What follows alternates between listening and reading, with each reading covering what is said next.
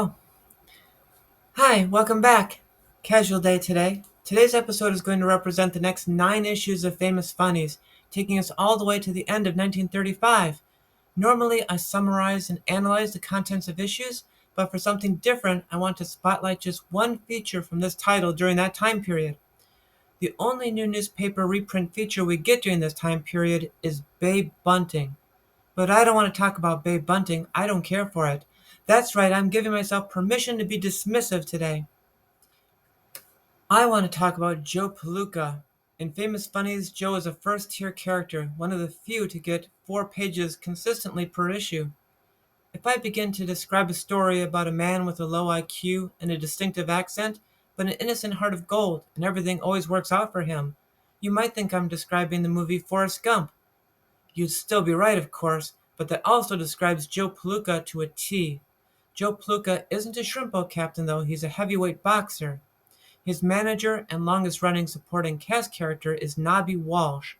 Nobby is a Lieutenant Dan to Joe Palooka, the cynical character who is technically smarter but makes poorer decisions and gets the worst of luck for it, to contrast with Joe's naive but wise decisions and the best of luck. Joe Palooka had been around for just over 5 years by the time we're talking about now in this channel and was a big hit. There was a short-lived Joe Palooka radio show, a feature-length movie in which Jimmy Durante played Nobby, both by 1935. Within the next 2 years, there would be 7 short films featuring these characters with a different cast, and Nobby played by Shemp of Three Stooges fame. These comedic actors make sense. While Lieutenant Dan was played for pathos, Nobby was always played for comedy, both in the movies and the comic strip.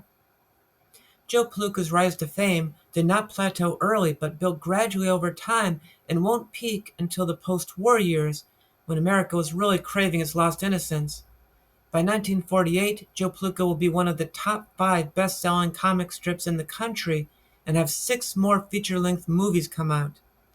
From there, Joe's popularity crests and begins to fall, especially when we reach more cynical decades, and by the mid-1980s, Joe is all but forgotten. While the dialogue of all the other characters is written out in normal English, the accent of Joe's speech is always spelled out phonetically and includes intentional grammatical errors. So instead of saying, "They were swell fellows, I certainly enjoyed myself, I invited them up to our hotel for supper," he says, "They was swell fellers, I certainty enjoyed myself, I invited 'em up to our hotel for supper." Despite so many spelled out cues, it's hard to specify where exactly Joe comes from his speech. Allegedly, Joe Palooka's creator, Ham Fisher, created the character after interviewing Pete Latso, a boxer from rural Pennsylvania, but it's also possible the accent is just pure invention.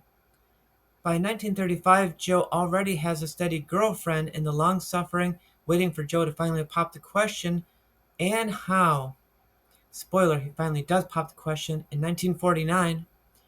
There are no ongoing storylines in the Joe Palooka Sunday pages reprinted in Famous Funnies, but many of them deal with how women are constantly scheming to romance the good-looking and financially secure Joe. Hey, it's the Great Depression, a girl's gotta eat, right?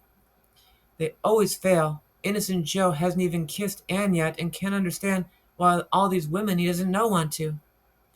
Other examples of pages that focus on Joe's innocence are like when he joins a baseball game with a bunch of kids until they break a man's window. Joe runs off and hides under a porch, but it turns out the man chasing him just wanted an autograph. Or the time that Joe finds a cat killing a bird, and Joe buries the bird and then tries to care for the bird's babies in its nest. Other pages focus on Joe's sense of wonder, like how he loves skiing for the first time despite getting injured, or how he spends hours just watching construction workers and then palling around with them. There are glimpses of storylines that bleed over from the non-reprinted daily strips. Apparently, Joe briefly had a nemesis in a boxer named Leviticus, who was even dumber than Joe, but also mean-spirited and violent instead of innocent and well-meaning.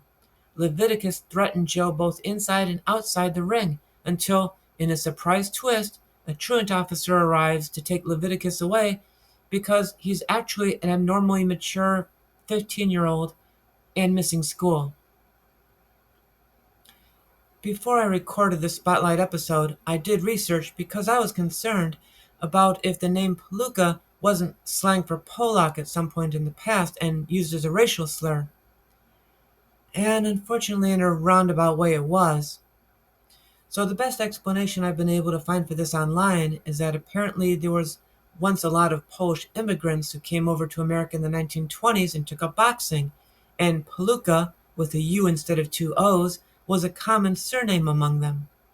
Palooka with two O's then became a word used in sports news reporting of the time for an incompetent or untalented boxer, and not necessarily because they were either. That's unfortunate, maybe doubly unfortunate because thanks to the Joe Palooka strip, the word has also come to mean a stupid oaf. But that comes from a very superficial reading of Joe Palooka. I think if we look past this and give it a try, we'll be won over by sweet, endearing, and funny characters and a strip that has a lot to say about being a good person. Speaking of being a sweet and endearing good person, that could describe you if you like and subscribe to this channel. Bye for now.